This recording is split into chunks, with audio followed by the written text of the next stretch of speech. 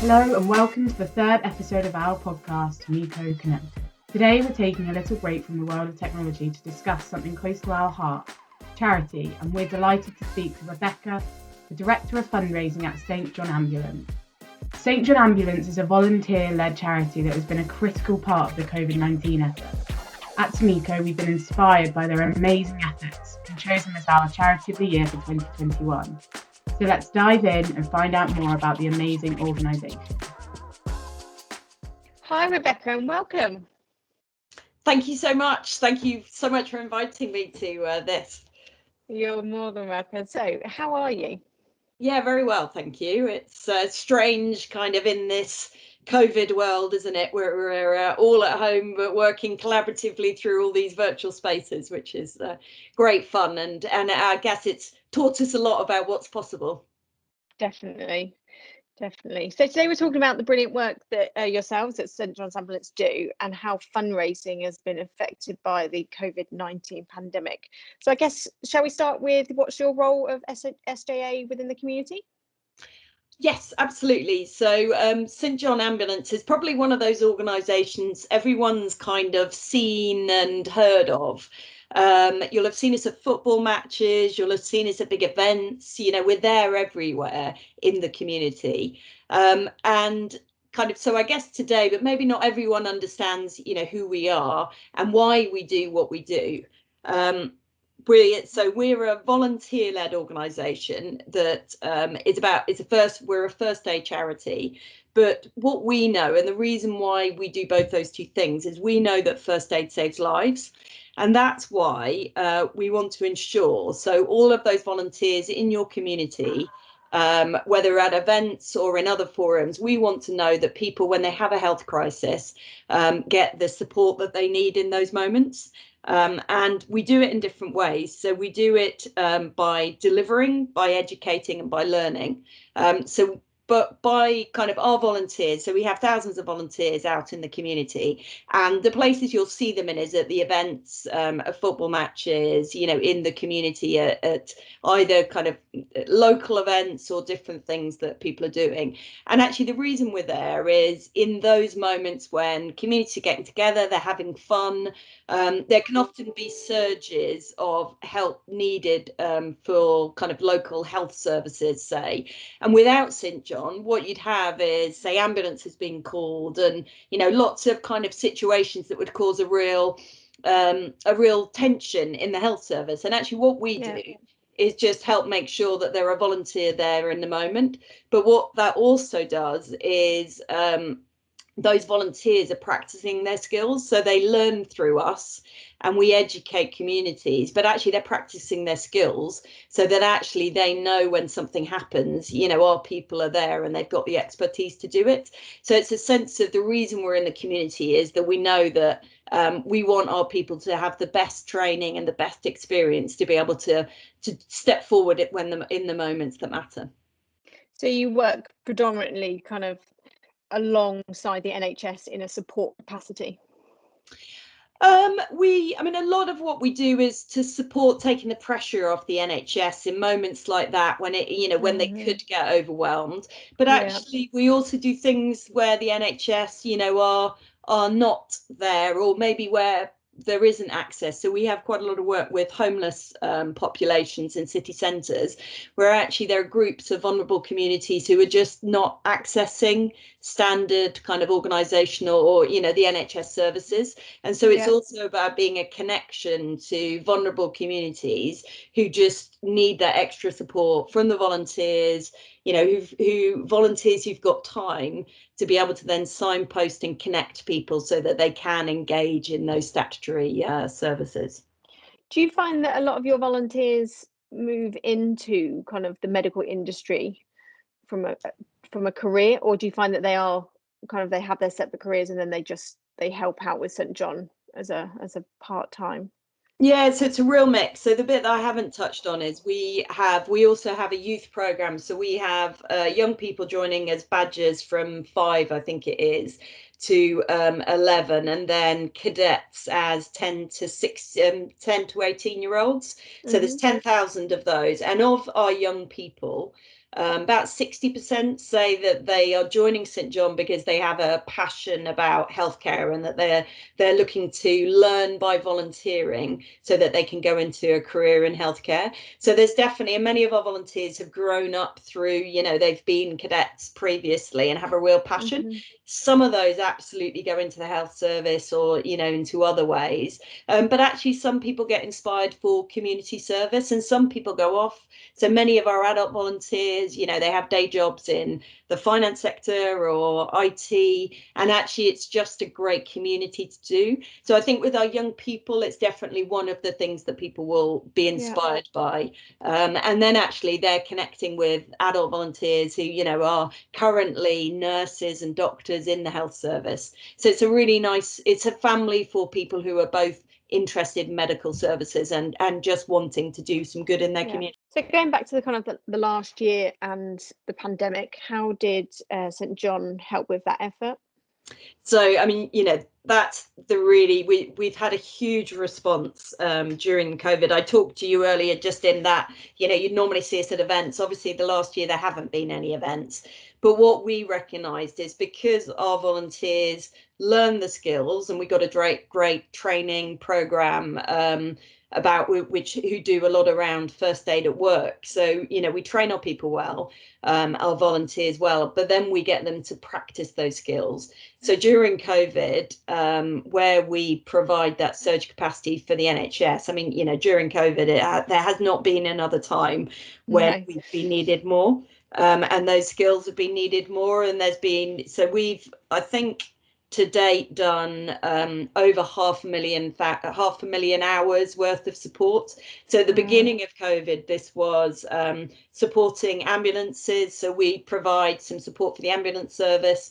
And typically our volunteers would normally have been going to, the less serious incidents. So really important stuff. So, older people who've fallen over, who would normally be waiting for, say, 8 hours for an ambulance to turn up because they're not acute. But actually our volunteers can turn up and, they can help them and they connect them back.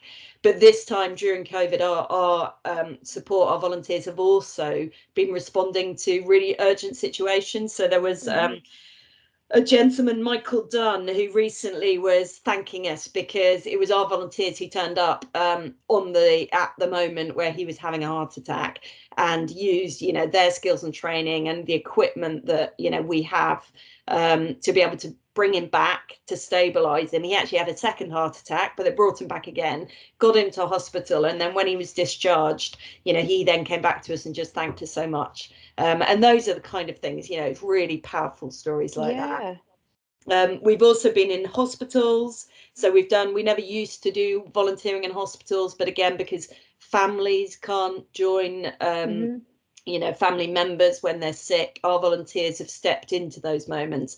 And one of the key bits that our volunteers, I talked about time, because we're volunteers, and we've got clinical skills. So in hospitals, we could do things like, checking measurements, blood, whatever. You can tell I'm not medical. So the blood pressure and, all of the different things. But actually our volunteers, a key thing is they had time to care. So actually it was just the emotional support. And, one volunteer was talking about someone who'd been in Nightingale who hadn't been outside for months. And she was able to just, talk to him about the weather outside and, just so important, really important. And then more recently, so that's kind of, and those are still carrying on. But what we also, because the NHS recognised, the value that our volunteers bring, they also asked us to be their partner for the vaccination programme. And so we've got 26,000 volunteers who've been recruited to help in the vaccination centres. And I think every week it keeps going up by 30,000 hours, but we've done over 300,000 hours worth of support in vaccination centres. And I've actually trained up to be that volunteer. So my normal job is director of fundraising, but actually I've been in 5 different vaccination centres helping out as well. And it's just great to be part of what hopefully will get us into a bit more of normality. Definitely. So you touched on the fundraising. How you've got so many volunteers, how has fundraising been affected, and how do you cope with that many volunteers? So we have, I mean, you know, our heart. So on the volunteer point first, the heart of our organisation is volunteers. We have volunteers at every leadership level. So we have commissioners, a chief commissioner who's a senior volunteer that sits on our leadership team. So, you know, managing volunteers is absolutely at the heart of what we do. And these vaccination volunteers, it has been a massive stretch, you know, recruiting 26,000 people in 2 months, getting them DBS, so that's the kind of child protection checked, and you know, so it's been a real stretch on the organisation, but something everyone's been really passionate to do, and you know, really passionate behind. From a fundraising perspective, well, from an organisation perspective, one of the biggest financial problems that we've struggled with. So last year we were, you know, significantly £15 million less income raised by the organisation in compared to previous years. But actually the key of that was really our first aid training at work. So that stopped for 4 months. And, you know, that's had a huge impact on our finances. So at the same time of delivering more support by volunteers in the community, we've also then, you know, be earning less money. So it's been really tricky time. And, you know, we are so our fundraising has kind of held up mainly because we've just that challenge has been recognised. But absolutely, you know, organisations like yourselves, the fact that you are supporting us through these times, you know, all the fundraising you're doing just makes a really, really massive difference. And it means that we can afford to train the volunteers. So we had to do COVID specific training for anyone that was working during COVID, just because obviously they'd never used PPE before, and you know, keeping them protected as well as the patients that they're treating protected. And so those are the types of things that have made a massive difference in terms of, you know, the support that Timico and, you know, other organisations have been providing. But it's still, I mean, you know, we absolutely are still looking for more support and keep, you know, looking at every opportunity to see how we can keep it going and make sure that we can really support the communities at this time when they need it most. I mean, we've, as you know, obviously you're our charity for the year, and you have been for many years now.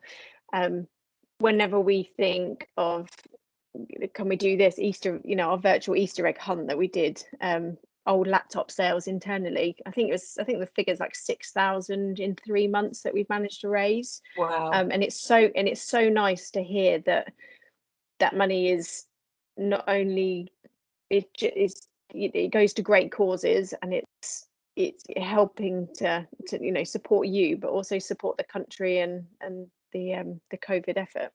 Yeah, no, it really does. It makes, you know, everything makes such a difference because, it's, you know, it's needed more than ever. And we were just, the call we were on earlier is, so our young people, obviously, they've not been able to meet face to face during this last year. And, you know, all of those young people who are really inspired to support their communities, many of them have been able to volunteer. So actually, you know, those experiences have been great, but we are looking to reopen our, from I think kind of today, but slowly but surely across the country, reopen the face-to-face cadets and badgers program. And I'm sure that there's, you know, thousands of young people across the country who've been really inspired by the NHS, and to being able to open up the availability for more spaces for more young people to be able to join us, and you know, to get involved and to build up their confidence. Yeah, it's been a really hard year for young people in terms of mental health. Really hard. And Definitely. so those are the types of things that actually, you know, we're really passionate that we know we need more funds to be able to, we have an ambition. So we had 10,000 young people joining us pre-COVID. Our ambition is to have 20,000 young people join us. But obviously, you know, we need the funds, and we need the volunteers who support those youth programs to support us doing that. So how could people get involved with St John?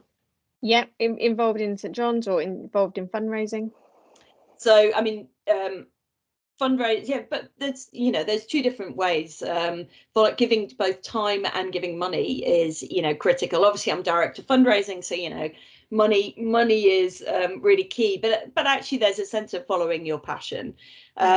So there's lots of different ways that people can do fundraising. So something that's been a real trend, because we've all been virtual, is doing virtual challenges, and I think you did the 2.6 challenge last year. Yes, we did. Really enjoyed that. There are lots of really fun things that where you're active, you can do that. There's things like from a fundraising perspective, there's tea parties, and I don't know how much you're meeting face to face, but there's opportunities to pull in the fundraising as part of teams gets-togethers, of where people can kind of get involved in that. Or you can hold something new that we brought in this year, or a couple of new things. There's Miles Ahead, which is live at the moment, which again is a virtual challenge. But also there is Play Your Part. So this is where you do some live streaming, or you can do quiz nights and things. So there's so many different fundraising ideas of things that you can do. And then where people are inspired to volunteer, then if people go to our website, or maybe through the kind of central organisation contacts, there'll be ways that we can connect people to that as well, potentially. Yeah. And I think things will slowly open up, so there might just be some delays around the volunteers, because obviously we're focusing on the vaccination volunteers, and right now actually we don't have space for more volunteers because we got in the vaccinations, because we got so much response. Yes. So many people were really kind of excited to get involved in that.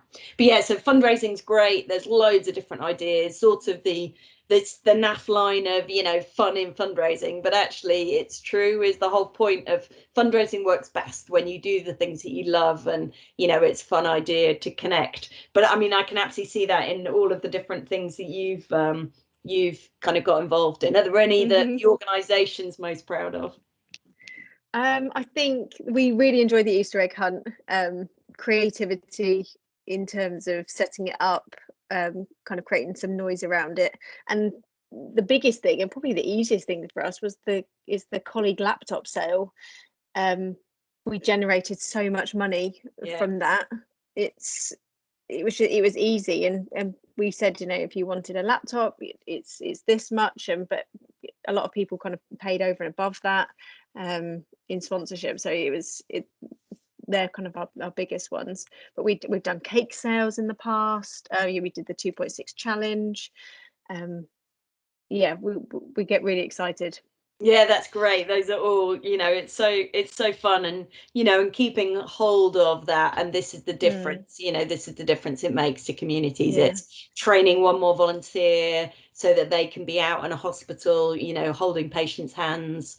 It's each of those things. It's another one more young person who can get a place in one of our programs. So it all makes such a difference.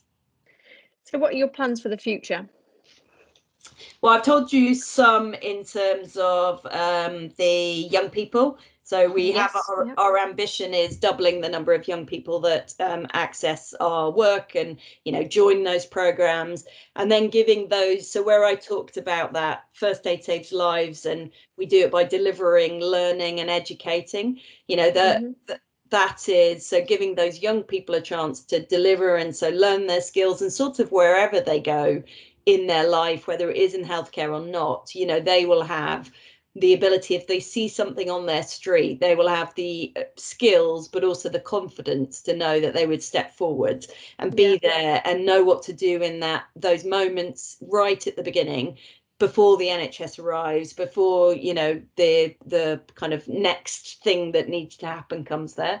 So kind of definitely that about young people, but then also more widely, across communities. So we want to inspire people, more people to be volunteers, to support at events, to fulfill their passion and kind of connect with their communities. So some of that will be about training communities in knowing what are the basics. So if all of us had the skills of first aid, you know, and really knew what to do, then actually, again, we're often needing to treat the people around us. And so there, you know, there's lots in there that where we had the funds, we would kind of love to continue to expand and build that society where when an incident happens, you know, everyone gets the support that they need. But obviously, you know, all of that needs money. And so we across fundraising are looking to, you know, look after our partners, inspire you all to do even more fundraising, to do different fundraising, inspiring more to join us so that we can really translate, you know, that vision into action in terms of people being able to get the support that they need. Brilliant.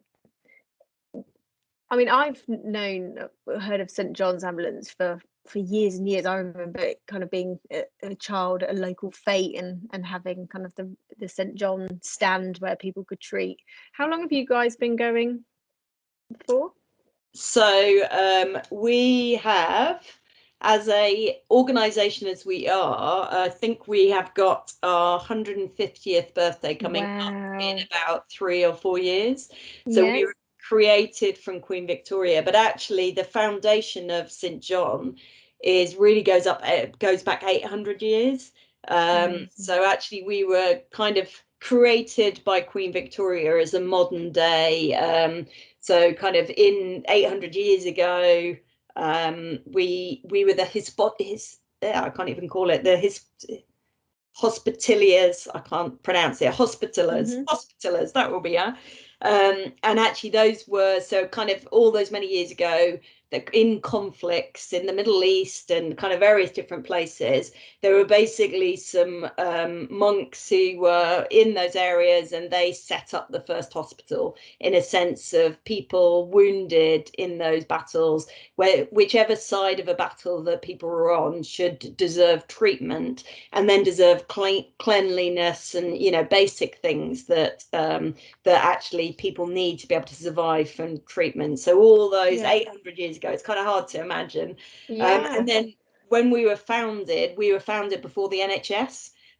You know, so actually when from our foundation, we were founded in the mining areas, and actually we were the ambulance service. So it was our volunteers who would pick people up from a mining industry and take them to the private hospitals, which again, just, you know, from our modern day context of knowing the NHS, the fact that actually there wasn't an ambulance service, and, you know, those were the things that we did. And but, you know, modern version, so much history. Yeah, absolutely. And the modern version of all of that is just that sense of people trained, so volunteers trained to be able to deal with incidents that happen in the community and help people out and get them to the place that they're needed so that they can get, you know, better and more treatment. So funding is so needed. It really is. I mean, you know, so I talked kind of lots of stories of the different things that we've done. So it supports our work with young people. It supports, so our volunteers obviously need training, they need uniform, they need equipment. So that story I said about Michael Dunn, you know, actually we needed to have that AED in the ambulance for them to be able to pick it up, grab it in the moment, and be able to bring him back to life, you know, through using that. And all of those things, they kind of, technology needs replacing, and, you know, everything is just a sense of it all costs money to deliver, but actually it gets used in the most efficient way so that we can really make a difference in the community. Brilliant. So I like to end the podcast by asking 3 questions. So what is the craziest fundraising event you've ever seen at in your time at St John?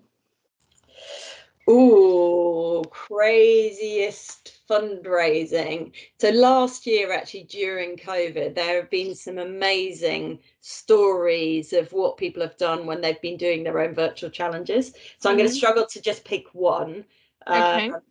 But so one was one of our volunteers up in Durham. She was climbing her steps and she was going the equivalent distance up and down. And I think it's Durham Cathedral Tower. So I think she's a lady in, I think, her 70s, and yeah, just such an amazing kind of commitment to the organisation. And then one of my favorites was actually one of our cadets cadet who's probably, I think he was 8, 10 or something, and I think he was knitting, so it was a knitting challenge, and he was knitting, I can't remember exactly what it was, but he was like knitting huge amounts of knitting to be able to create these things, and then getting sponsored for, I think, the length of the thing he was creating, but just, you know, and there were cadets running and doing crazy things, so just some lovely stories, kind of and it giving a sense of how St. John cuts across the ages and the generations as well, in terms of, you know, right from that connection, which is really special. So yeah, I could probably go on with loads more. Which fundraising story has touched your heart the most? So probably Mary. So Mary was or is, she was a student volunteer, so she's 21, she might be 22 now, but she was 21 at the beginning of the COVID response, and she just finished university, and she was living down in Southampton, and she had a choice because her parents were clinically vulnerable, and she had a choice of either going back to her parents, but knowing that she wouldn't be able to volunteer and she wouldn't be able to do very much because she needed to look after them, or to actually stay by herself in Southampton, but then to put herself forward for volunteering. And one of the first things Mary did was volunteer at Nightingale Hospital, and she spoke to us in June, talking about the kind of reality of what she experienced in Nightingale, which I think is true of, you know, any of the hospital volunteering. Obviously, Nightingale didn't last for very long, but I mean, she was so articulate about, you know, the difficult stories of where she was holding people's hands as they passed away, which just is a 21-year-old. Heartbreaking. Yeah, really heartbreaking. But she was so overwhelmed by the story of this gentleman that she was working through, who'd recovered and come out of incubation, but, you know, obviously physically had some real challenges, and the physio was coming around, and she just described this story of how she was there holding his hand because he was meant to get up that day, and he nearly didn't make it, and the physio nearly went away, and she was just like, you can do this, you can do this. And just, she described the story of that gentleman getting out of bed and standing up for the first time post-COVID, and just like, you know, the emotion that she and him had experienced, just in what a powerful positive step that was. And her being able to, so that volunteer experience, you know, has inspired her to then start a health career. So she's going to be retraining as either a paramedic, she's working at Southampton Hospital, you know, and it's the selflessness of the volunteers giving their time, you know, really just helping community and just being inspired, and that sense of caring as well. So there are lots of stories like Mary's, but I guess she was, you know, she really touched me in terms of the difference that she's made during COVID. And all possible through donations and fundraising. Absolutely, yeah. The donations and fundraising, she wouldn't have got the training without it. You know, her uniform is paid by that.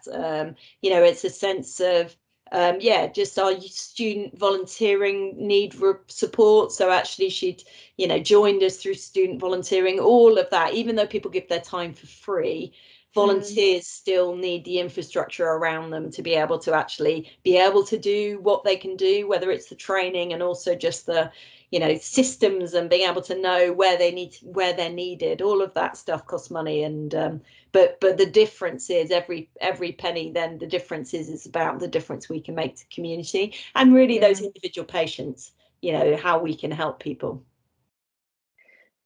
It's amazing. Just, it's heartwarming to hear all of those, and that's just, there were 2-3 stories of many thousands that have happened, not only in the last year but the last however many hundreds of years. It really is.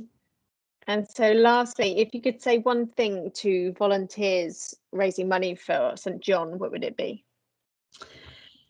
I think it's just one, read our information, find the story that really connects with you. So the thing, you know, what is it that's driving why you're supporting this? And, I think we've got lots of stories to tell, and we try and tell those through videos in lots of different ways. And then just think of fundraising as just there to have fun in. It's, it connects. It's great in terms of the laptop recycling. So it do the things, make money through doing things that you're going to do anyway, and you get a value out of it. But, actually, there's real value in giving things away for free that you would never want to use.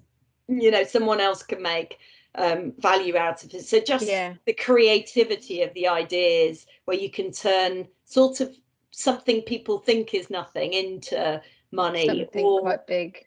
Or the social interaction that you can help create, the fun, the laughter, all of that stuff that we need. That's what fundraising is about. So I think, keep being creative and see what works for you, because knitting isn't going to work for everyone. But that young man was so he did an amazing job, and he was so proud of himself because it was something he was really passionate about. So it's that sense of valuing all different types of fundraising. Brilliant. Thank you so much. I've learned a lot.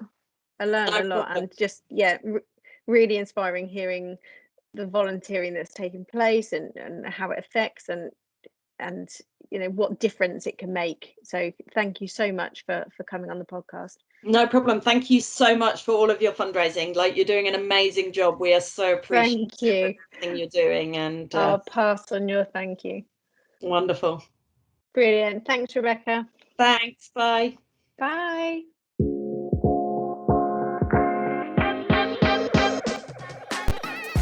Wow, what an episode that was. Thank you so much to Rebecca at St. John Ambulance for joining us on this month's Timico Connected.